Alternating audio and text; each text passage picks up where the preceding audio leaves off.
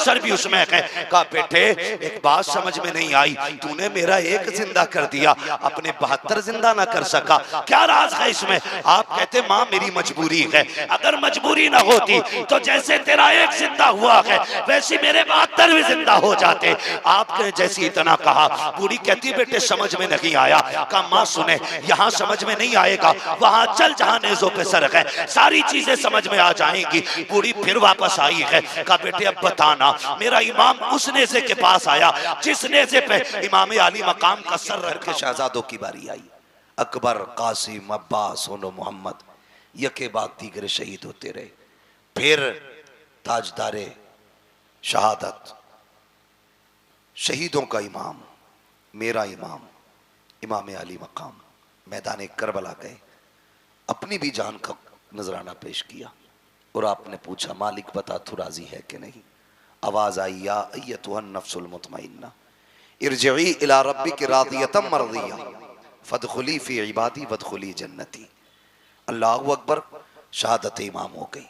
याद रखिएगा कि जहां से भाई का सब्र मुकम्मल होता है वहां से बहन के सब्र का आगाज होता है। ये करबला शरीफ है, बहुत गौर फरमाइएगा। ये आज वाली शाम आई, आज वाली शाम, उन्हें क्या पता जो मेलों को आबाद करते हैं कि नबी के घर पे क्या गुजरी है।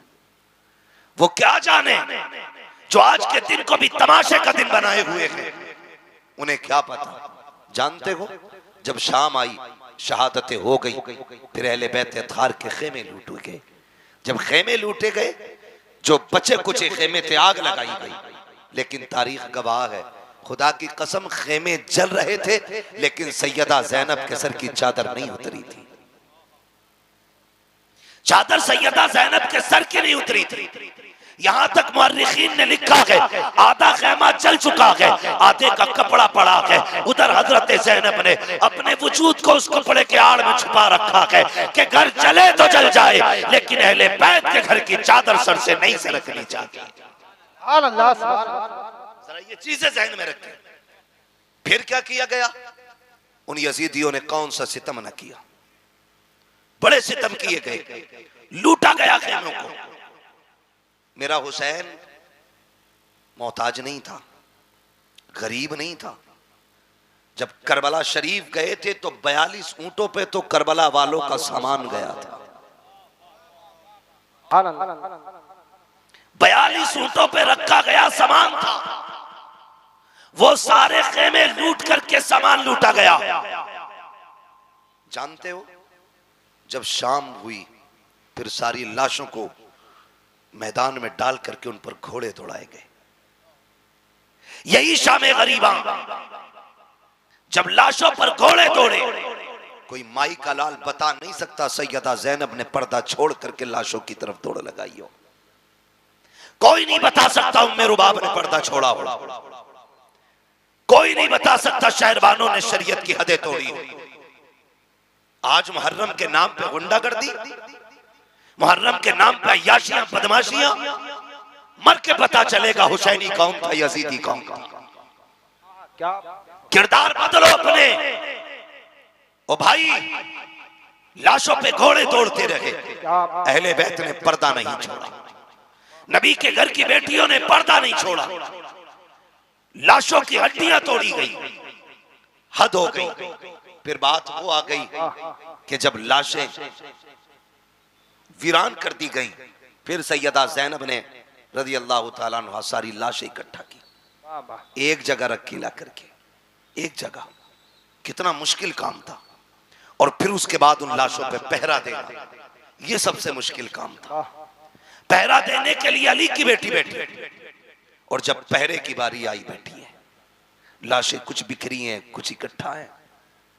आप बैठी हैं, सर पे चादर ततहीर है, हाथ में आज तलवार नहीं है, गाजी अब्बास का टूटा हुआ खंजर का टुकड़ा था, और लेकर के वहां बैठी जहां लाशें थी, और इस नीयत से बैठी कि अब तक हद हो गई, अब देखते हैं कौन है जो अहले बैत की लाशों के साथ खिलवाड़ करे।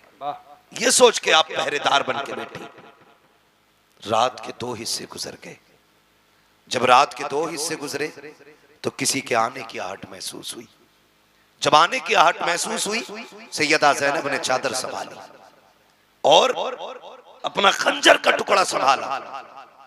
इरादा यह था, अगर कोई दुश्मन आएगा तो अली की बेटी अली के जलवे दिखाएगी, और अगर कोई होगा अजनबी तो फिर जाने दिया जाएगा। जब आने की आहट महसूस हुई, सैयदा ज़ैनब ठहर गई। कहती है कौन? ठहर जा वहीं। लेकिन सवार जो आ रहा था वो रुका नहीं। वो चलते चलते सैयदा ज़ैनब के करीब आया। गरीबुल वतनी है, परदेश है, तन्हाई है, भूख है, प्यास है, चारों तरफ से दुश्मनी है, तारीकी है, एक वहशत है। जब वो करीब आया, उसने आने वाले ने कहा, बेटी तू कौन है? जैसी लफ्ज़ बेटी कहा ना, तो सैयदा ज़ैनब के हिचकी बंद गई। फरमाने लगी, कौन है ये अजनबी जो हमें बेटी कह के आवाज दे रखा है? यहां तो कोई हमें पानी पिलाने वाला नहीं, आने वाले तू है कौन? फरमाने लगे, बेटी तू बता तू कौन है? आप कहती हैं मुझे ज़ैनब कहा जाता है, मैं फातिमा ज़हरा की बेटी हूँ, अली की शहजादी हूँ। कहा कैसे बेटी हो? कहा अपनों के जनाजों पे पहरे दे रही हो। कहा बेटी ये जनाजे किसके हैं? अल्लाह अकबर। सैयदा ज़ैनब ने कहा था, आने वाले ये जो सामने जनाजा पड़ा है ये राकिब दोशे पैगंबर का जनाजा है। कहा ये जो 18 साल जवाना है जनाजा है ये किसका है? कहा ये अकबर का जनाजा है। कहा ये छोटी सी कब्र किसकी है? कहा ये जमा के असगर की कब्र है। अल्लाह अकबर। जैसे इतना सुना है, आने वाले ने कहा, बेटी अल्लाह तुम्हारा हाफिज है। ये कह के जब आने वाला जाने लगा, पढ़ करके सैयदा ज़ैनब ने सवारी को रोका। कहा बाद में जा, पहले बता तू है कौन? यहाँ कोई अपना कहने वाला नहीं है, तूने बेटी कह के आवाज दी है। आने वाले ने कहा, बेटी पहचाना नहीं, मैं कोई और नहीं बल्कि तुम्हारा नाना मोहम्मद रसूलुल्लाह।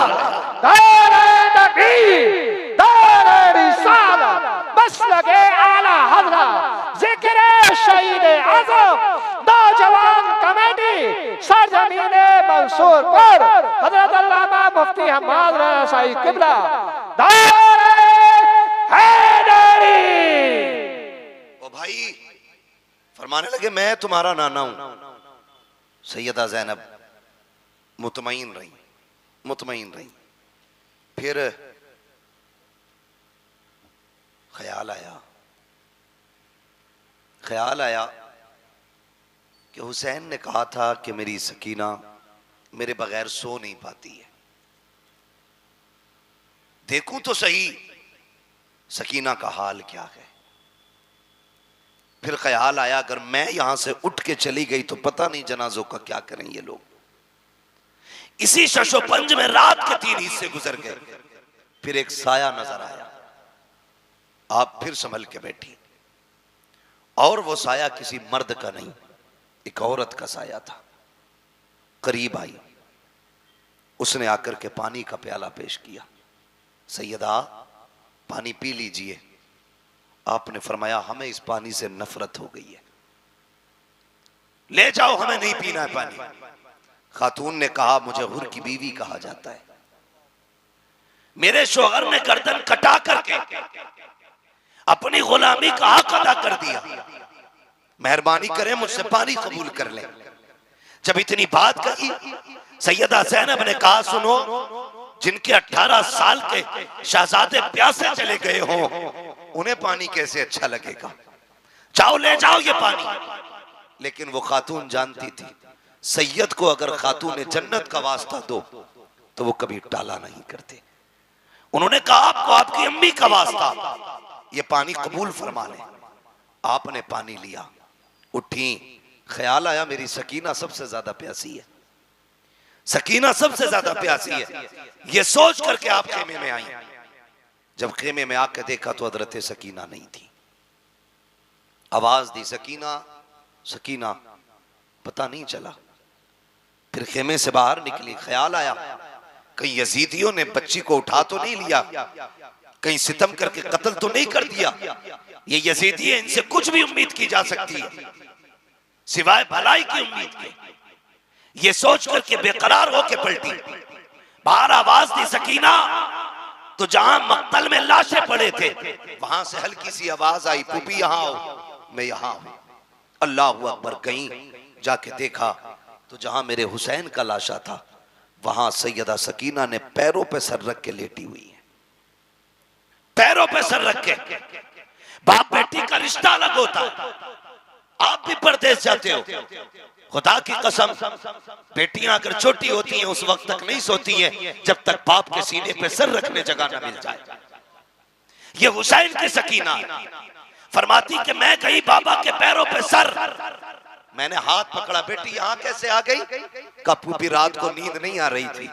मैंने कहा अब्बा तेरी बेटी को नींद नहीं आ रही है, आके सुला दीजिए। कहा मैंने इतना कहा था, इतने में मक्तल से आवाज आई, बेटी यहाँ आ मैं तुझे सुला दूं। कहती बेटी लाशों पे घोड़े दौड़ चुके हैं, किसी लाश की पहचान नहीं हो रही है, तुझे कैसे पता चला कि ये तेरे बाप का लाशा है? हजरत सकीना ने कहा था मैं इसी ढेर पे आई, इसी जगह पे आई, मैंने आके सारी लाशों को देखा, सब एक जैसी लाशें नजर आई। मैंने कहा अब्बा कहाँ हो? कहा फूफी इसी लाश के बाजू उठे थे, इसी ने हाथ उठा के कहा था आ बेटी मेरी सीने से लग जा। कहा बेटी फिर पैर से क्यों लेटी? कहा मेरे बाप के सीने पे इतने जख्म थे कि सर रखते हुए दुख हो रहा था, अगर मैं सीने पे सर रख देती मेरे बाप को तकलीफ हो जाती।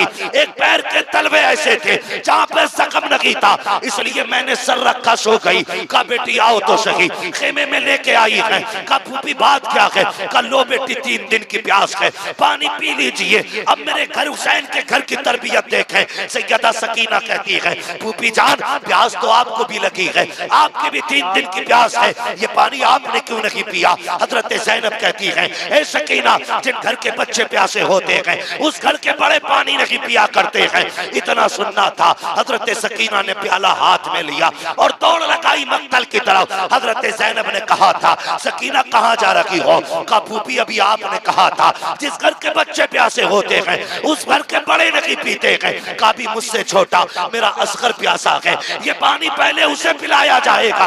ये कह के दौड़ लगाई, ठोकर लगी, पानी गिर जाता है, आवाज आती है सलामुन अला सब्र सकीना, सलामुन अला सब्र अहले बैत मोहम्मद। नबी के घर वालों तुम्हारे सब्र को सलाम हो, हुसैन की सकीना तेरी जुर्रत और हिम्मत को सलाम।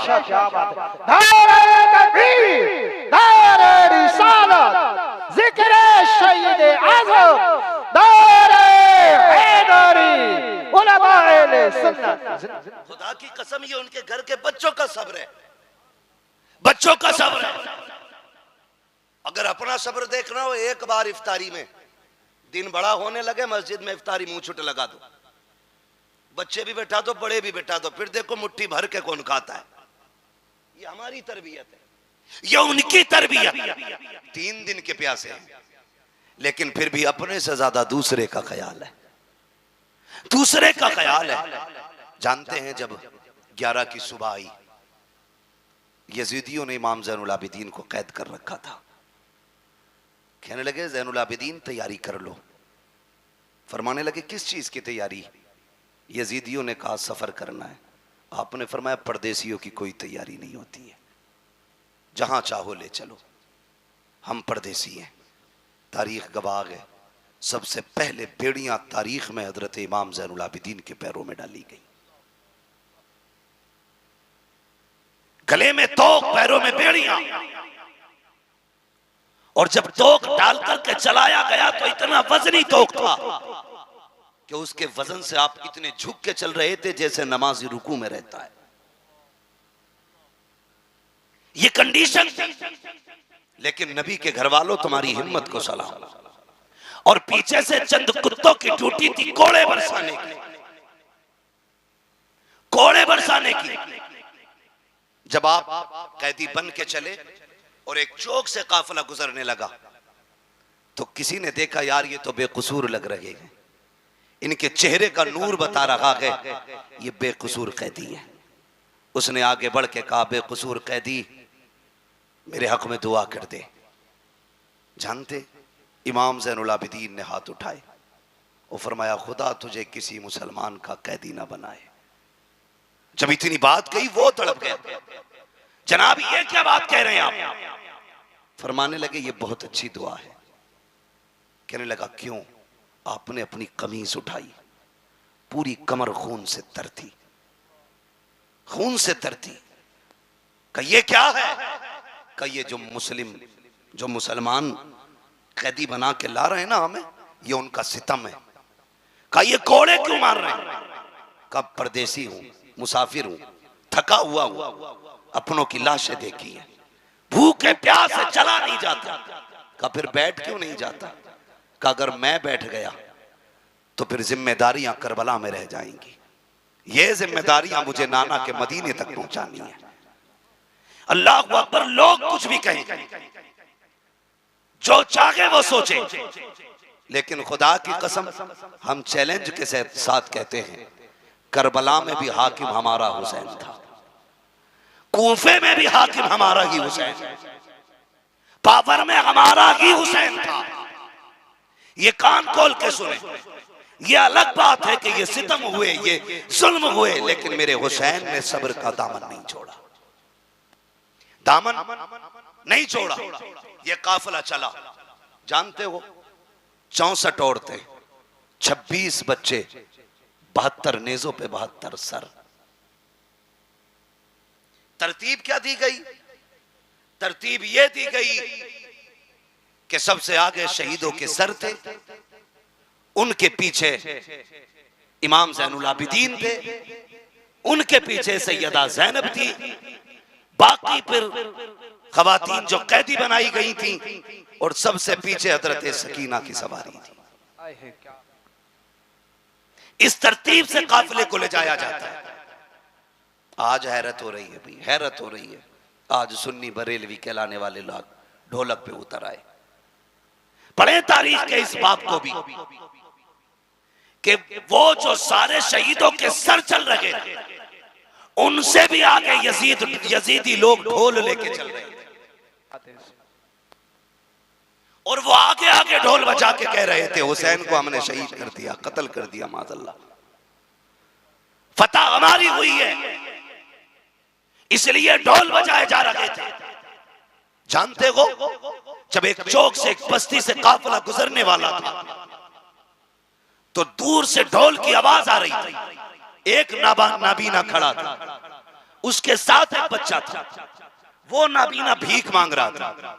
जब ढोल की आवाज सुनी तो उसने अपने बच्चे से कहा, लगता है बारात कोई बड़ी है। जब बारात बड़ी है तो फिर दूल्हा भी बड़ा होगा। का अब्बा कहना क्या चाह रहे हो? का बेटे देख जरा बारात कैसे लोगों की।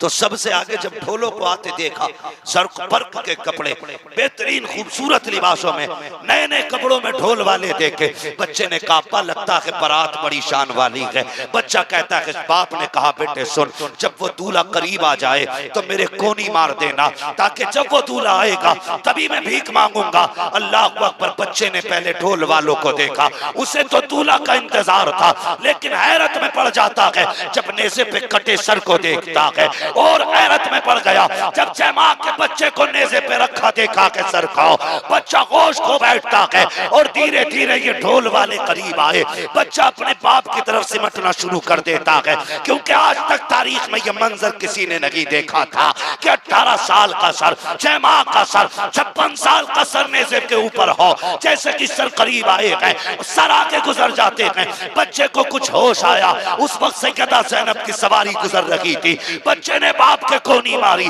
उसने ये सोचा शायद दूल्हा गुजर रहा है। उसने कहा तुम्हें खुदा का वास्ता, नबी का वास्ता, अली का सदका अता करो, नबी का सदका अता करो। जैसी तरह कहा है, आज बड़े जमाने के बाद सैयदा ज़ैनब ने अली का नाम सुना था, नबी का नाम सुना था। कहती फिजा का जी बेटी का जल्दी कीजिए, इससे कहिए एक बार और अली का नाम ले, एक बार और नबी का नाम ले। आपने कहा फिर से कह जो तूने कहा है। उसने फिर से कहा एक बार और कह जो तूने कहा है। उसने फिर से कहा। उसके बाद कहती है मैं पता क्या चाहिए। उसने कहा फकीर हैं, मोहताज हैं, भीख दे दीजिए, हम तो दरबार, हम तो भीख लेने खड़े हैं। आपने बच्चे की तरफ देखा, फरमाया जल्दी आ, तुझे पैसा चाहिए? कहा हाँ। कहा सुन, वो जो सबसे पीछे सवारी आ रही है, जा उसके पैरों के निशान की जगह की मिट्टी हटा ले, तेरी जरूरत पूरी हो जाएगी। बच्चे ने बूढ़े का हाथ पकड़ा, उधर दौड़ लगा दी। जिधर की खबर सैयदा ज़ैनब ने दी है, जब जाकर के मिट्टी हटाई है, सोना निकल आया है। बच्चे से बाप कहता है, बेटे क्या हो गया है? कहा ये काफिले वाले कौन है? कहा क्या हुआ? कहा ये जो लोग जा रहे हैं, इन्होंने कहा था कि मिट्टी हटा ले, वहां तेरी जरूरत पूरी हो जाएगी। अब्बा मैंने मिट्टी हटाई है तो सोना निकल आया है। बाप ने कहा सोना फेंक दे, जल्दी दौड़ के चल। कहा कहां? कहा जिसने सोने का पता बताया है। कहा किस लिए? कहा तू नहीं जानता है, ये जो गुजर के जा रही है या तो नबी की बेटी गई है या अली की बेटी गुजर के। दारे तकबीर, दारे रिसालत, जिक्र शहीद आज़म, दारे हैदरी। अल्लाह अकबर।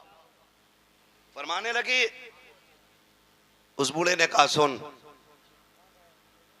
या तो ये नबी की बेटी गुजर के गई है या अली की बेटी गुजर के गई है। खुदा की कसम इन्हें मजबूर कहते, इन्हें कमजोर समझते। गलती ना करना, बातें बहुत सारी है मगर तवज्जो करें, इस बात को आखिरी बात समझ के सुन लें। तवज्जो है, जरा कह दें या हुसैन। जितने लोग सुन रहे हैं सारे बस वही बोलें वाह हुसैन, और जोर से बोलें वाह हुसैन। हाँ सुने बहुत गौर से, हम हाय हुसैन वाले नहीं, हम वाह हुसैन वाले लोग हैं। तवज्जो करें, ये काफिला चला, काफिला चलते चलते एक जंगल से गुजर रहा था। जंगल से जब काफिला गुजरने लगा तो एक खातून अपनी गोद में दुपट्टे में गठरी में कुछ छुपाए खड़ी थी। ये यजीदी फौजी, दौलत के कुत्ते, ये आगे आगे चल रहे। उस खातून ने पूरे काफिले को रोका, कहा ठहरो। कहा क्या बात है? कहा तुम्हारे अंदर कोई तबीब है? कहा क्यों? कहा मेरा बेटा बीमार है, एक ही बेटा है, 7 बेटियां हैं, मुझे डर है कहीं वो मर ना जाए। कहा अगर तुम में कोई तबीब हो तो मेरे बेटे को देख ले। तो शिमर को, इन लाइनों को मजाक सूझी। इन्होंने मजाक के तौर पे इमाम ज़ैनुल आबिदीन की तरफ मुंह किया और बूढ़ी से कहने लगे हम तो तबीब नहीं है, लेकिन इससे पूछ ले, ये जो कैदी है शायद ये तबीब है। बूढ़ी गई जाके कहने लगी परदेसी क्या तू तबीब है? आपने कहा अल्हम्दुलिल्लाह, सिर्फ मैं नहीं, मैं भी हकीम, मेरा बाप भी हकीम, मेरा दादा भी हकीम, मेरा घराना ही हकीमों का है। क्या इलाज कर देगा? फरमाने लगी बिल्कुल, लेकिन सुन मां, मैं कैदी हूं और हम इनके कैदी हैं, इनसे इजाजत लो और हम चलेंगे तुम्हारे साथ।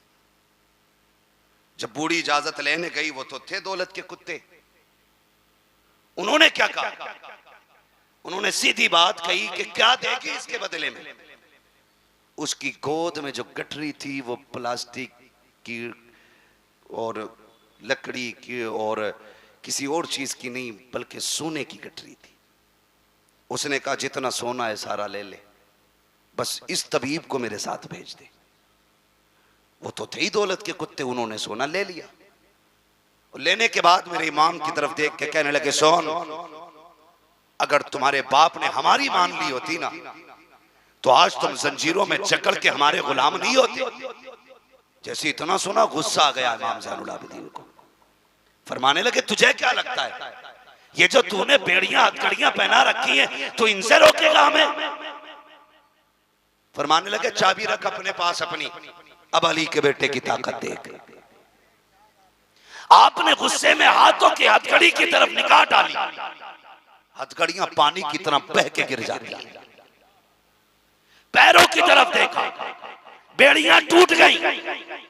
फरमाने लगे कुत्ते औकात में रहे, कल भी हम रब की रजा पे राजी थे, आज भी हम रब की रजा पे राजी। सुभान अल्लाह, सुभान अल्लाह। वरना हमें कोई दुनिया की ताकत नहीं रोक पाएगी। उसके बाद जब आप चले, शर्मिंदा हो गया इतनी बात पे, सबके सामने मुंह की खानी पड़ी। लेकिन मेरे इमाम ज़ैनुल आबिदीन इतने थक चुके थे कि चलते चलते ना पैर पूरे नहीं उठ पा रहे थे, पैर खचेड़ के जमीन पे चल रहे हैं। इतनी ताकत नहीं बची है कि पूरा पैर उठा के रख सके, जमीन पे पैर रगड़ते जा रहे हैं। बूढ़ी आगे आगे चलते चलते जब बूढ़ी का मकान आया तो एक बच्ची दरवाजे पे खड़ी थी। उसने कहा माँ जी बेटी कई से भेज दे वापस। कहा क्या हुआ? कहा जिस बेटे के लिए लेके आई थी वो बेटा खत्म हो गया। इतना सुना आह निकल गई। बूढ़ी रो के कहने लगी सोना भी चला गया, बेटा भी चला गया। जा, मैंने तुझ पे ज्यादती की, मैं यहां तक चला के लाई, तेरा एहसान तो यहां तक आ गया, वापस चला जा।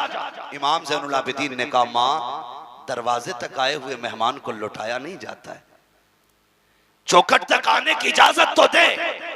बूढ़ी ने कहा क्या करेगा बेटा, तेरा वक्त जाए होगा, तेरा टाइम खर्च होगा, तू परदेसी मुसाफिर, जाने कब का चला है, कब तक चलेगा, कुछ खाया कि नहीं खाया। ए बेटे अब यहाँ आके वक्त जाए न कर। कहा माँ मुझे दरवाजे तक आने की इजाजत दे। इमाम ज़ैनुल आबिदीन को इजाजत मिली। आप जैसी घर के अंदर कदम रखते हैं क्या देखते हैं, दो बहनें बैठी हुई हैं, एक सर की तरफ बैठी है, दूसरी पैरों की तरफ बैठी है, दो जबान के ऊपर कपड़ा पड़ा है। एक कहती है भैया बड़ी हसरतें तेरे साथ थी, तू हमारा इकलौता भाई था, आपने चंद जुमले सुने रो देते हैं। एक बच्ची देख के कहती है भाई हमारा गया है, तू क्यों रो रहा है? उसने ये कहा जब मैंने तुम्हारे भाई को देखा तो मुझे सुगरा के अकबर की याद आ गई है, मुझे तुम्हारे सूरत को देख के अपनी मदीने वाली बहन की याद आई है। आप ये कहते हैं और उसके बाद आगे बढ़ते हैं। उस नौजवान के ऊपर से चादर उड़ाई और हटाने के बाद कहते हैं नौजवान उठ, बहनों को रुलाया नहीं जाता है, बहनों को हंसाया जाता है। इतना कहा नौजवान उठ के बैठ जाता है। आपने जैसी नौजवान को उठाया है, माँ कहती है अरे बेटे ये कैसे हो गया? कहा बेटे ये बता, माँ ये तो बता तेरी गोद में सोना कितना था? कहा 7 बेटियों का जेवर था। कहा जल्दी कर, जितना सोना था उतनी मिट्टी लेके आ। पूरी मिट्टी लेके आई है। मेरे इमाम ने यूं हाथ लगाया है, सारी मिट्टी को सोना बना दिया है। उसके बाद कहते हैं माँ बता क्या कमी रह गई है? बेटा भी मिल गया है, सोना भी मिल गया है। ये कह के पलटने लगे। बूढ़ी ने दौड़ के कदम पकड़े। कहा ओ शहजादे जरा ठहर तो सही, अरे रुक तो जरा, बता तो सही तू है कौन, कहाँ का रहने वाला है, बता ये शाने कहाँ से लेके आया है, ये रुतबे कहाँ से मिले हैं? आप कहते अम्मा ये ना पूछ, अब मुझे जाने दे। बूढ़ी कहती बता ना बेटे क्या मामला है? कहा वो बता बेटे वो 72 नेज़ों पे सर किसके थे? आपने कहा उसमें कुछ सर मेरे घर वालों के हैं, मेरे चचा के हैं, मेरे भाइयों के हैं, मेरे बाप का भी सर उसमें है, मेरे भाइयों के सर भी उसमें है। कहा बेटे एक बात समझ में नहीं आई, तूने मेरा एक जिंदा कर दिया, अपने 72 जिंदा ना कर सका, क्या राज है इसमें? आप कहते माँ मेरी मजबूरी है, अगर मजबूरी ना होती तो जैसे तेरा एक जिंदा हुआ है वैसी मेरे 72 भी जिंदा हो जाते। आपने जैसी इतना कहा। बूढ़ी कहती बेटे समझ में नहीं आया। कहा माँ सुने यहाँ समझ में नहीं आएगा, वहां चल जहां नेज़ों पे सर है, सारी चीजें समझ में आ जाएंगी।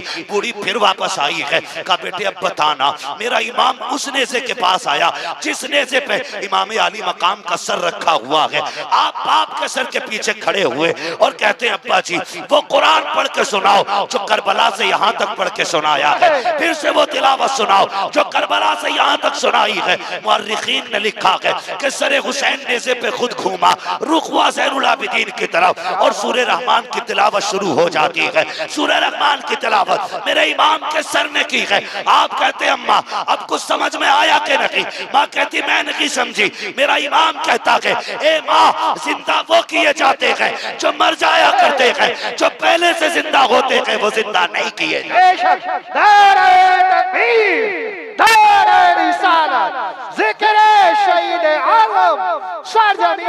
मंसूरपुर नौजवान कमेटी आप फरमाते माँ जिंदा वो किए जाते हैं जो मर जाया करते हैं, जो पहले से जिंदा हूं वो दोबारा जिंदा नहीं किए जाते। माँ ये जो 72 नेज़ों पे 72 सर हैं ये मुर्दों के नहीं है, ये जिंदों के सर हैं। ये किनके सर हैं?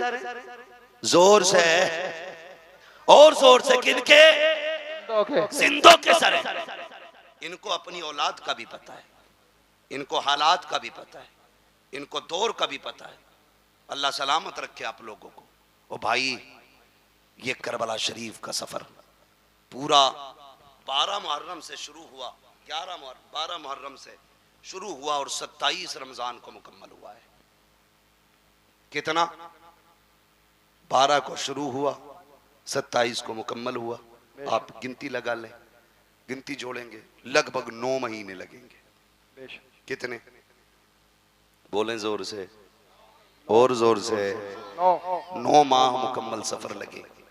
जानते हो, अली की बेटी की जुर्रत देखे, 9 महीने सफर किया है, पैदल सफर किया है, सफर करके भी आई है, कुरान पढ़ती भी आई है। जब सफर मुकम्मल मदीने में जाके हुआ और इमाम ज़ैनुल आबिदीन का बाजू पकड़ के कहा, ज़ैनुल आबिदीन ये क्या आ गया? फूफी आपको भी मालूम है ना, ये तो नाना का मज़ार है। का बेटे पता तो है, लेकिन तुझसे भी कहलवाना। कहा फूफी ये नाना का मज़ार है। फिर आपने रुख किया करबला की तरफ। कहा हुसैन गवाह रहना, मैंने तेरी अमानत को हिफाजत के साथ हुजूर के मदीने तक पहुंचा दिया। बेशक हुजूर के मदीने तक पहुंचाया। 9 महीने सफर किया, पैदल सफर किया।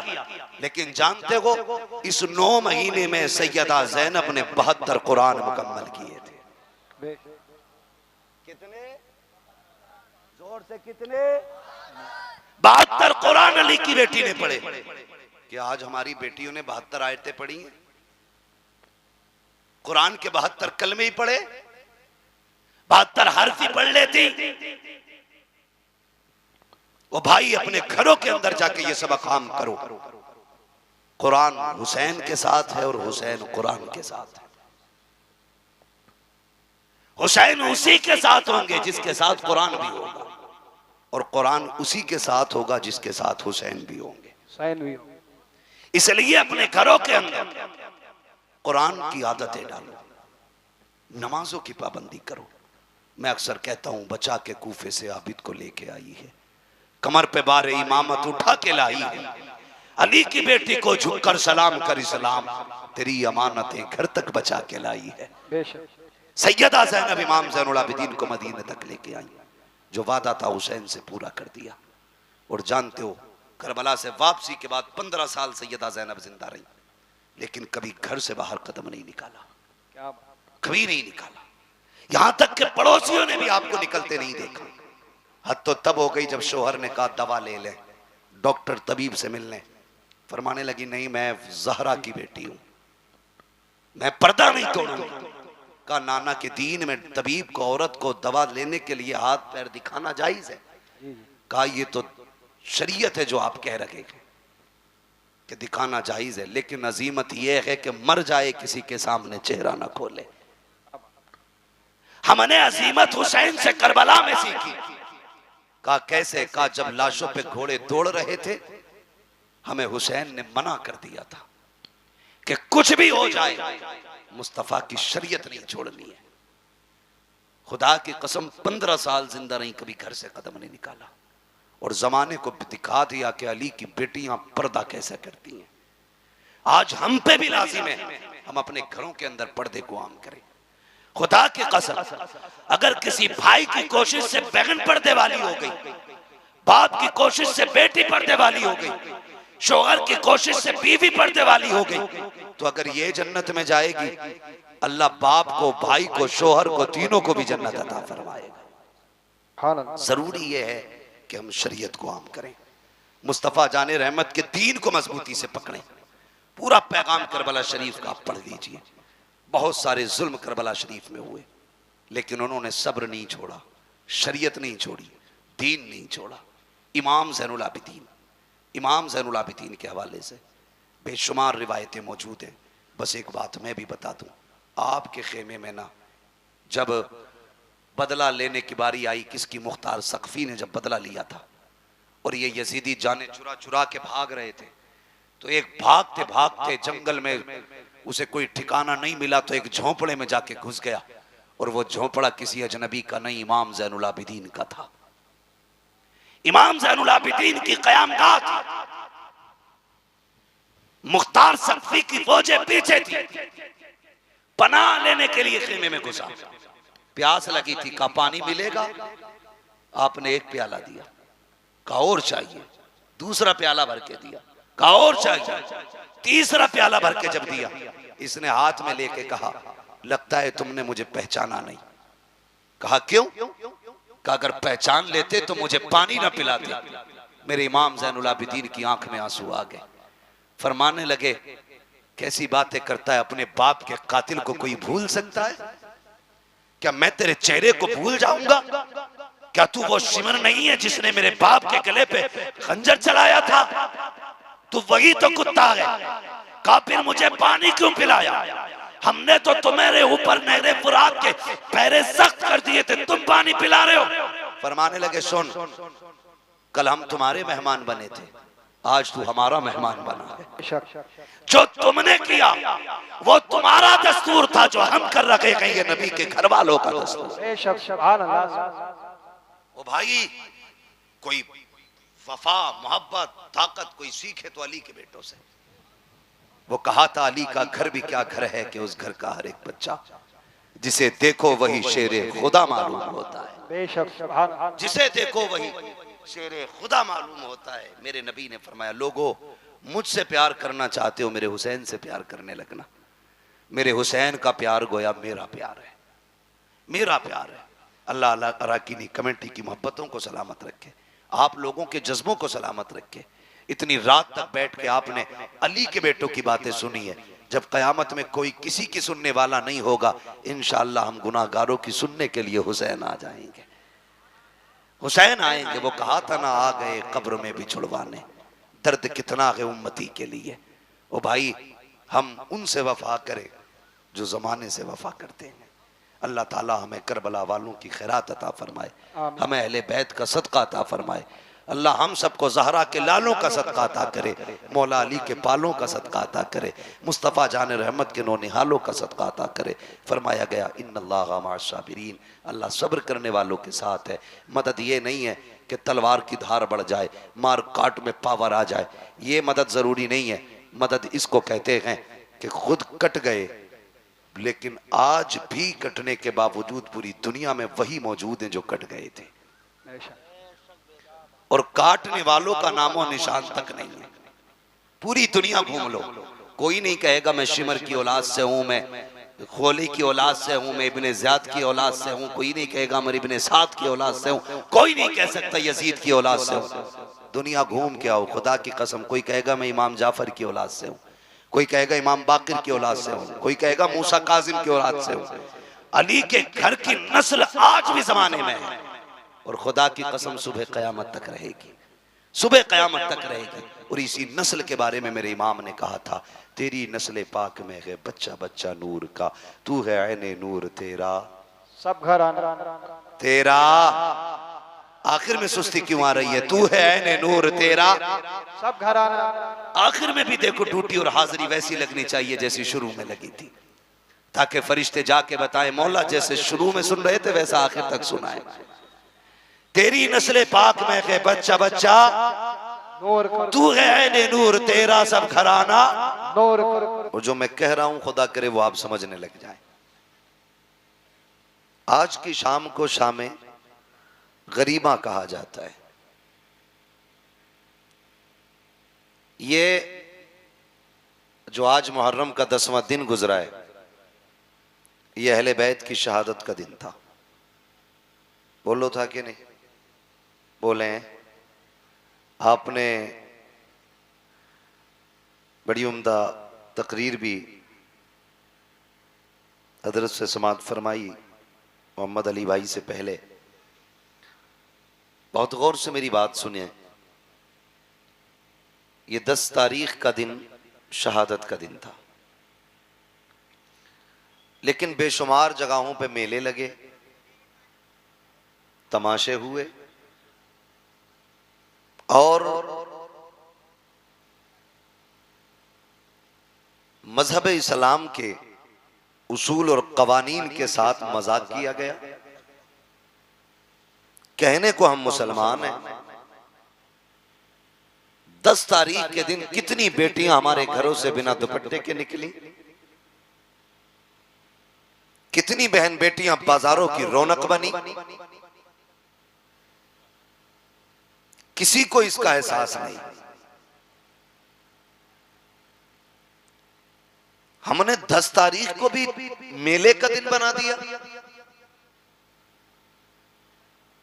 बाज़ाब्ता लोग कहते हैं ये हमारे त्योहार का दिन है।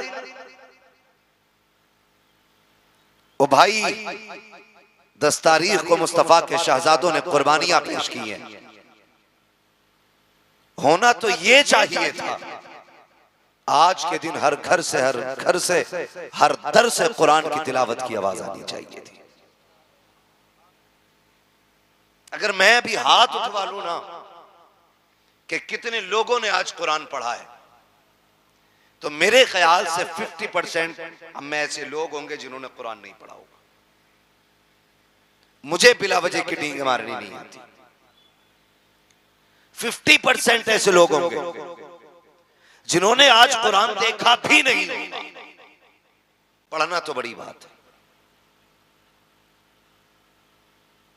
और कितनी बेटियों के सरों से दुपट्टे उतरे, कितने घरों की इज्जत नीलाम हुई, ये एक अलग मसला है।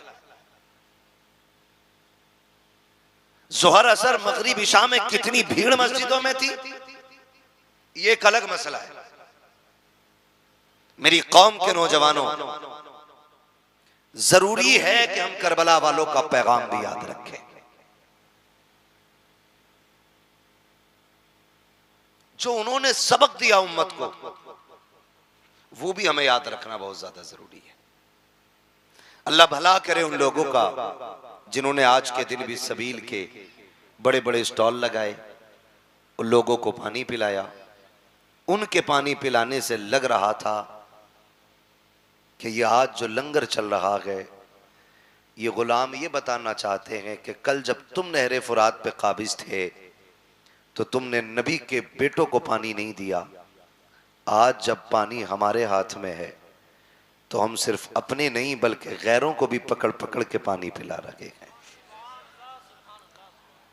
जिस तरह आपने सबील पे गौर किया, लंगर पे गौर किया, काश उतना ही हमने कुरान पे भी ध्यान लगाया होता। जब 10वीं शब आई थी और यजीदी हमला करने के लिए तैयार थे, तब मेरे इमाम ने कहा था एक रात की मोहलत दें। उन्होंने ये समझा शायद ये तलवारें तेज करेंगे, एक रात का मौका मांग रहे हैं, निशाने दुरुस्त करेंगे, रात भर प्रैक्टिस करेंगे, तब जाके सुबह जंग लड़ेंगे। लेकिन तारीख गवाह है, करबला की मिट्टी गवाह है, एक एक जर्रा गवाह है करबला शरीफ का, कि जब इजाजत और मोहलत मांगी ना मेरे इमाम ने, आपने रात के 2 हिस्से किए। एक हिस्से में नमाज को रखा, दूसरे हिस्से में तिलावत को रखा। सब ये हिसाब लगा रहे थे कि तलवारों की तैयारी होगी, लेकिन अल्लाह वाले तो जन्नत की तैयारियां कर रहे थे। वाह वाह वाह। जन्नत की तैयारियां कर रहे थे। और तैयारियां भी कैसी? पानी नहीं था, तयम्मुम है, जबान सूखी है। मोहम्मद अली भाई कारी हैं और बहुत अच्छे कारी हैं। मैं कहता हूं कभी नात के बाद इनसे कुरान भी सुना करो। कई इनामी मुकाबले जीते इन्होंने कुरान में, बहुत उम्दा कारी भी है मोहम्मद अली भाई। कभी इनसे सुने कुरान आप। लेकिन हमने सिर्फ नात सुनी है तो सिर्फ नात सुनते। अगर कुरान एक बार सुन लिया इंशाअल्लाह फिर कुरान सुनने के आदी हो जाएंगे। मेरा कहने का मतलब यह है, अगर आज का कोई अच्छी आवाज वाला कारी किसी महफिल में बैठ के कुरान पढ़ दे तो हवाएं थम थम के कुरान सुने, परिंदे उड़ना छोड़ करके कुरान सुनने लग जाएं। सोच तो सही, जब करबला में नबी का बेटा कुरान पढ़ता होगा तब उस लहजे की खुशबू कैसी होगी, क्या रंग आता होगा उस जमीन पर। मुअर्रिखीन ने लिखा है कि एक खेमे में कुरान पढ़ा जा रहा है। आज एक एक घर से कुरान उठ गया है। बुरा मत मानिएगा। एक एक घर से कुरान उठ गया। अगर घर के अंदर 4 बंदे हैं तो 6 मोबाइल तो हैं, 3 नहीं है। 4 के पास 6 मोबाइल है, 3 नहीं है, लेकिन कुरान एक ही है,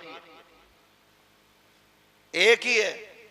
उसमें भी पढ़ने का नंबर नहीं आ रहा है। 2-2 महीने हो गए, कोई कुरान खोलने वाला ही नहीं, कोई कुरान पढ़ने वाला ही नहीं। मेरे इमाम अपने खेमे के अंदर है, हर खेमे में कुरान की तिलावत हो रही है। हुसैन की शहजादी सैयदा सकीना आई, कहने लगी बाबा क्या मैं कुरान नहीं पढ़ूंगी? मेरे इमाम ने कहा बेटी आओ तुम्हें हम कुरान पढ़ाते। मैं उस बच्ची की बात कर रहा हूं जिसकी उम्र में भी इख्तिलाफ है। बाज ने 4.25 साल लिखा है, बाज ने 7 साल उम्र लिखी है। अगर 7 साल भी मान दो तो ये वो छोटी बच्ची थी जो काफिले में सबसे छोटी थी, लेकिन इसको भी शौक हुआ कुरान पढ़ने का, इसको भी शौक हुआ कुरान पढ़ने का। उन्होंने कुरान की पाबंदी की, फजर तक कुरान पढ़ा, फजर की नमाज अदा हुई। फजर की नमाज के बाद फिर जब आमिर इब्ने साद की जानिब से जंग का आगाज हुआ, यके बाद दीगरे जाने जाती रही। जब जानों की कुर्बानियां होती रही, याद रखिएगा हुसैन के साथ में मुस्तफा के 9 सहाबा भी आए थे। कितने सहाबा बोले? कितने? 9 सहाबा। कितने? जोर से कितने? 9 सहाबा भी मुस्तफा के थे, लेकिन उनकी मोहब्बतों को सलाम सहाबा इकराम ने उस वक्त तक खानदाने नबुव्वत के किसी फर्द को जाने नहीं दिया जब तक अपनी जानों की कुर्बानियां पेश नहीं कर दी। जब जानिसार जाने लुटा चुके, फिर अहले बैत अतार की बारी आई, फिर अहले बैत अतार की बारी आई। उनमें भी आप देखें कई बार आएंगी जमातें, टीमें आएंगी, कहने लगी हजरत अली को उनसे इख्तिलाफ, हजरत उमर को उनसे इख्तिलाफ, अबू बकर सिद्दीक को वो नहीं मानते, उमर को वो नहीं मानते। आप खुद फैसला करें। मेरे इल्म के मुताबिक मैदान करबला में हजरत अली के 6 बेटे मौजूद थे। कितने? 6। जोर से कितने? और बोले कितने? 6 बेटे हजरत अली के मौजूद थे। जो बताना चाहता हूं वो ये बात है कि उनमें एक बेटे का नाम अबू बकर इब्ने अली है, दूसरे बेटे का नाम उमर इब्ने अली है, तीसरे बेटे का नाम उस्मान इब्ने अली है। अब मुझे एक बात बताओ, अगर मुझे आपसे नफरत है तो मैं आपके बेटे के नाम पे अपने बेटे का नाम रखूंगा? आप रखोगे? नफरत अगर होती है तो नाम नहीं रखे जाते। ये नफरत की तो वजह है जो किसी का नाम यजीद है तुम्हारे गांव में कोई यजीद? बोले है? सुना कहीं? नहीं है ना? क्यों? क्योंकि नफरत इतनी है लोगों को यजीद से, कोई अपने कुत्ते का नाम भी यजीद रखना नहीं चाहता। और हर घर में झांक के देखो, हर घर में एक हुसैन जरूर मिलेगा। वाह वाह वाह वाह। हर घर के अंदर एक हुसैन मिलेगा, एक एक घर में कई कई हुसैन मिलेंगे। वजह क्या है? वजह यह है कि उनकी मोहब्बत का चिराग दिल में जल रहा है। सुभान अल्लाह। दिल में जल रहा है। इनके दरमियान मोहब्बत थी, तभी तो नाम रखे गए, तभी तो नाम रखे गए। और मैं तो चैलेंज करता हूं राफसियों की उन नाजायज औलादों को कि जो कहते हैं ये आपस में मुख्तलिफ थे, अलग थे।